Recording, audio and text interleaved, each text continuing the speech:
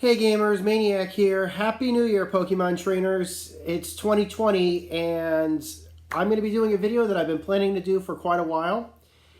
And for all I know, that as of 2 days from now, after this is posted, this video could be completely obsolete. So I needed to do it now. Why am I doing it? For a couple of reasons. One, I wanted to do it, first off. Two, future posterity. You know, in the future, maybe 10 years from now, maybe people might be able to watch this video and want to see what was available at the time, basically. So let me set the stage for you. We have Pokemon Sword and Shield out for the Nintendo Switch. Some people might have it. We also have, of course, Pokemon Let's Go Pikachu and Let's Go Eevee. That's also available for the Nintendo Switch. And, of course, for smartphones, including Android and iOS phones, we've got the ubiquitous Pokemon Go. Those are what's currently out right now.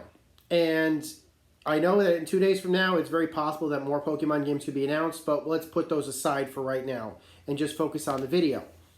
Now, way back when Pokemon Go was first announced, they announced a companion accessory for Pokemon Go called the Pokemon Go Plus. And this is it right here, basically. This retails for $35 US, at least at initial launch. You might be able to get it for as low as $30 US. Pretty much available anywhere electronics are sold. Mostly you'll be able to find these at like cell phone stores, stuff like that, basically. GameStop, Target, Best Buy, that sort of thing. They're pretty ubiquitous.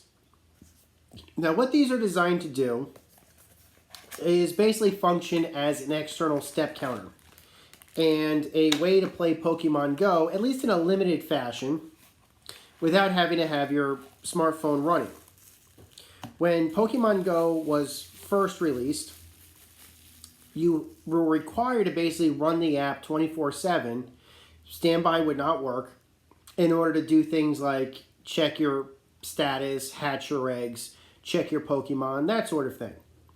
So this is what the Pokemon Go Plus looks like. At least out of the box, this is what it comes with.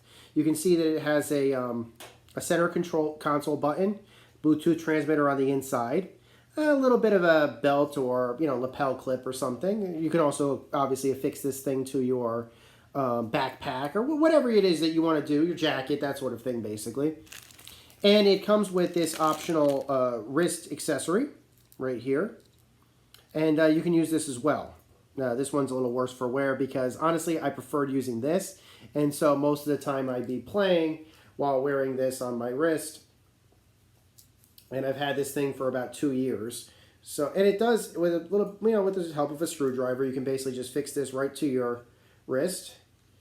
And you might have seen some videos where I'd be wearing it, similar to this. As a fitness object, $35 step counter, before the days of, Adventure Sync and stuff were available for the, for Pokemon Go, this was basically the way to play. Even though at the time when I got this, there were next to no Pokemon spawning in my region, the ability for me to hatch eggs that I collected, because of course you can hold 10, I think it's 7 or 10 eggs or something like that at any given time. You can, in your inventory, you can if you only have one incubator and you don't want to pay for more of them, and if they're not being, more of them aren't being given away during a promotion, you basically can only hatch one egg at a time. Having this running while you're doing just regular tasks would count towards your hatching eggs, which was extremely, extremely worth it. That alone made it worth the money. However, there were downsides to this, particularly that, and these are still kind of, but there were still limitations to this device, particularly the one that everybody was kind of angry about was that it still uses a random number generator, basically,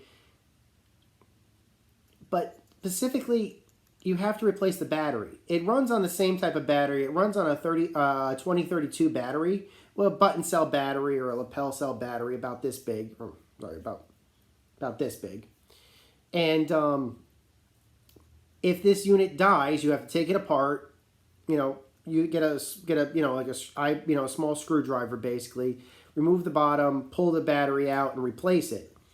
It works. I mean, don't get me wrong. Replacing the battery, as long as you have a small screwdriver, hanging around. Most people were using eyeglasses, screwdrivers, and stuff like that. I think it's Phillips head 00, I think is what this size is. It could be 01 or 00. I can't remember, but it's something along those lines. And then put a new battery in it. It works just as brand as new. The battery, when I use this, I've had this thing for probably almost 2 years now. Battery lasts about a year before it starts getting dead. So props there.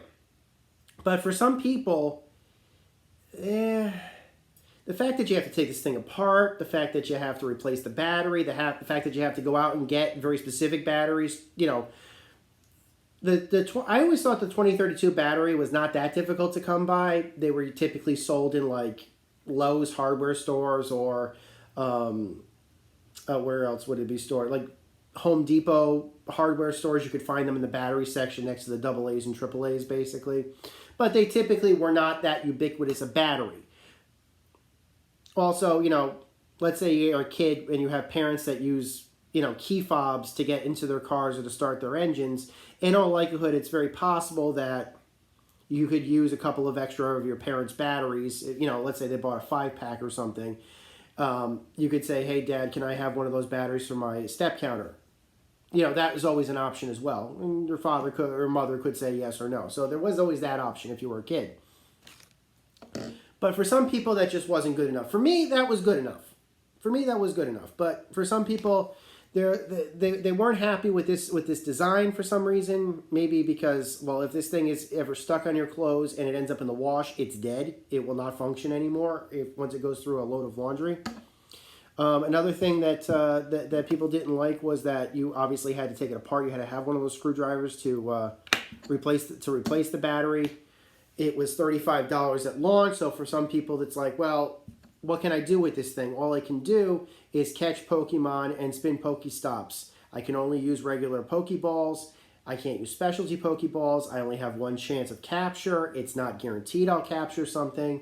And it's possible that, let's say, for example, my items are full or my Pokemon containment is full. There's really not much I can do just from this. For me, it was good enough. The fact that I could hatch eggs and catch things or see if things were around me was good enough. Justify the price. But for some people, the rechargeable battery and the limitations were this was not worth it. So let's move on. Last year, when Pokemon Let's Go Pikachu and Let's Go Eevee were released for the Nintendo Switch, Nintendo announced a second peripheral, and I actually got to demo this peripheral about a month or two early before the game actually came out. This is the peripheral right here. This is the PokeBall Plus controller. And this is the box for it right here if you want to see the box. This is it right here. It's a controller. It's basically a Nintendo Switch controller, but it has things like it has Wiimote functionality in it. This is more than just a controller. It's more than just a ball. This right here functions as a thumbstick, which is an analog thumbstick. Feels very similar to like an original GameCube controller thumbstick. Top button up here, clickable thumbstick. But also it does have motion control. It can respond to things like throws. It can respond to shakes. It vibrates. It can make sounds. That sort of thing. So when Pokemon Let's Go Eevee and Let's Go Pikachu came out, which were games that were designed for using motion controls in very similar things to how a Wiimote functions basically on the Wii. Of course, the Joy-Cons can replicate that as well. Nintendo created this as a basic way for people to feel like they're part of the Pokemon world. Like you feel like you're throwing the Pokeball at the screen. And I'm going to say this right now. Having demoed this, I will still say I prefer playing the game in tablet mode when I'm playing Let's Go Pikachu and trying to catch Pokemon. But if I had to choose between using a Joy-Con controller while I'm in docked mode or I'm using this in docked mode for, motion control capture, I would choose this 100 times out of 100. This is superior, at least in the catching ability and in the control ability, than the regular Joy-Con control scheme for a docked mode version of the game. That's just my opinion. That's just how it is. But to me, this is the superior controller for playing Let's Go Pikachu or Let's Go Eevee. We're not going to talk about any other games, but let's just keep it to that. Okay, now that I got that controversy out of the way, now you can leave all your angry, negative dislikes and whatever. All right. This also has all of the integration. Basically, this has all of the hardware that's in this is also in here. That's why it's called the PokeBall Plus, is because it has a Pokemon Go Plus completely built into it. This indicator, let's see if I can light it up. All right, there's nothing in it right now. But this system has an indicator light very similar to the bulb light in this. It's just circling around the thumbstick. So it also has Bluetooth capabilities, just like this does.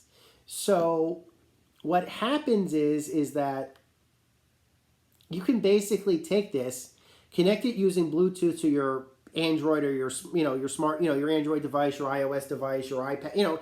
I haven't tested this on Android devices, but I have tested this on both iPhones and iPads, and it works just fine. Connected to the Pokemon Go app, no problem in both cases. And there's a separate video, I may link it below, or if somebody wants me to, with basically how to do that kind of functionality. And there's actually going to be another video coming with it to show what this thing can do. But this thing can essentially do quite a bit, actually. So not only does this thing work as a controller for Nintendo Switch, it also has Pokewalker functionality, for those of you who might remember basically the Pokemon Soul Silver, Pokemon Heart Gold for the Nintendo DS. While it doesn't have a display screen like the Pokewalker had, it does function very similar to the Pokewalker in that you can take Pokemon from Let's Go Pikachu, Let's Go Eevee, Sword, or Shield, and transfer them into the ball when you're not playing when you're not doing active gameplay. Or let's say, for example, you want to take this thing to go, you can transfer a Pokemon into it. And depending upon the game that you're playing, obviously there's nothing in this right now. That's why you can test to see what's in there by holding down the thumbstick. And as you can see right now, because I have a red light, there's currently nothing in there. I had a legendary in there the other day. I'm sorry I took it out because I wanted the items. But needless to say, you can actually earn more experience with your character if you transfer a Pokemon into the ball using your game, and then try using it with either just regular gameplay or using it in Pokemon Go. I don't think your catch rate is going to be improved in any way, but the fact that you're using it while where you have a Pokemon in here while you're trying to catch other Pokemon in Go, it won't improve your catch rate, but it might earn you some more, in-game items or in-game experience depending upon your game sort, or for your Switch game basically. So this right here is $50. It's let's say it's a $15 to $20 premium over the just regular Pokemon Go Plus accessory. That having been said, I have heard from a lot of YouTubers online, all the videos that I can find online for people that have reviewed this thing have all basic. They don't even own Switches. No joke. The majority of reviews that I've seen of this thing on YouTube, and that's fine. People can review this, have chosen to use this as their Pokemon Go Plus accessory exclusively. Why? Because of this functionality. Well, first off, it is pretty comfortable in your hand. It's got some weight to it. It's not the heaviest thing in the world, but to me, when you can walk around with this thing, I've tried walking around. I've walked a couple of kilometers with this thing in my hand. It has some weight to it, so that is nice. It is comfortable to carry around, is what I'm trying to say, especially when you're working out or jogging. What do you call it, can't hold up to it. You're not going to break it by jogging or like shaking it while it's designed to be shaked. So, but this is the major reason as to why. So it's not just comfort. It's also less, because it's larger. It's also less likely that you're going to throw this in the wash or something. But this, see if we can see that. That's a USB-C charging port. And when you buy one, you're going to get this USB to USB-C charging cable with it. This is why people are buying this functionality. People were willing to pay an extra $20 for a rechargeable. There's no battery to replace on this thing. The battery is fused. It's locked into the system. So when I put this thing into storage, I had to pull the battery out of it, just to prevent leakage. But there's no pulling the battery from this thing. This thing has got a fused internal chargeable battery. But for some people, the fact that you can charge this thing overnight and it'll last you at least a week just playing Pokemon Go, at least. And certainly it'll last you just as long as a controller if you're using it in controller mode. It'll last as long as a Joy-Con controller does. This is preferred by the majority of players. I did not know this. Go figure. Great. Cool. So I guess my point is that you're going to have to ask yourself, if you're a Pokemon Go player specifically, which do you prefer? Now, I would likely say this is the cheaper option. This works with Pokemon Go Plus. This works with Pokemon Go specifically, and if you're just a Pokemon Go player, you can buy this thing right now and pay a lot less. But let's put that away for a second. This thing is already completely obsolete. Like, here's the thing that a lot of people probably aren't going to say. With the exception of the fact that it has a lower price point, this thing is completely obsolete. Because all the functionality that's in this thing, with the exception, this thing even has a wrist strap, for example. With the, everything that's in here is in this. Yes, you're paying an extra $20, but all of the increased functionality, the fact that this is rechargeable, the fact that it can work as a Nintendo Switch controller, the fact that it's the best Nintendo Switch controller option for a docked Nintendo Switch, the fact that it comes with Mew, which can be then transferred from a new device, the fact that a new one comes with Mew and you can then transfer your Mew to either Let's Go Pikachu, Let's Go Eevee, Sword, or Shield. Only works once, so pick your game. And Pokemon Home isn't out yet, so we can't combine our Pokédexes just yet. But more likelihood, that announcement could be made in like 2 days from now. I would say for right now, here's the thing. We know that there is going to be a new version of this. The Pokemon Go Plus was announced right after they announced Pokemon Sleep. They said the Pokemon Go Plus is going to have all the functionality that's in here, as well as a sleep detector of some sort. We don't know the details about it, except that it kind of looks cool. But essentially, I would say right now, don't buy this for two reasons. One, it's going to get outmoded. Whether if for you it's not outmoded by this already, the Pokemon Go Plus, which is going to work with both Pokemon Go and Pokemon Sleep when that comes out, is going to be coming out eventually, and you're going to be able to pick that up. And you're not going to need to worry about this. I don't know if the Pokemon Go Plus is going to have a chargeable battery or not. We'll see about that. But my point is, don't bother getting this. This, on the other hand, is worth its weight in gold. I have had so much freaking fun with this thing. More fun, essentially, more recently, obviously, since I integrated this with my copy of Pokemon Sword, because I recently completed my first playthrough of Pokemon Sword. The fact that I could simply earn in-game items by transferring my Pokemon into this. And again, I'll have a separate video at some point basically showing all the things that you can do while playing this game with either Pokemon Sword or Pokemon Shield. That'll be the next video that I probably release on this channel. But the fact that it has all of this functionality, plus it can work as a controller for Let's Go Pikachu and Let's Go Eevee, plus the fact that it can be used as a Pokewalker for games like Sword, Shield, in the Let's Go games, and it has all the functionality of this wins. Now, I know you're saying it's still $50, and it still only has one Mew in it if you buy it new. You buy it used, don't waste your money. I mean, unless you're going to get unless you're going to pay $30 for this thing, don't waste your money on a used one unless you already have Mew or something like that. But here's my point about this.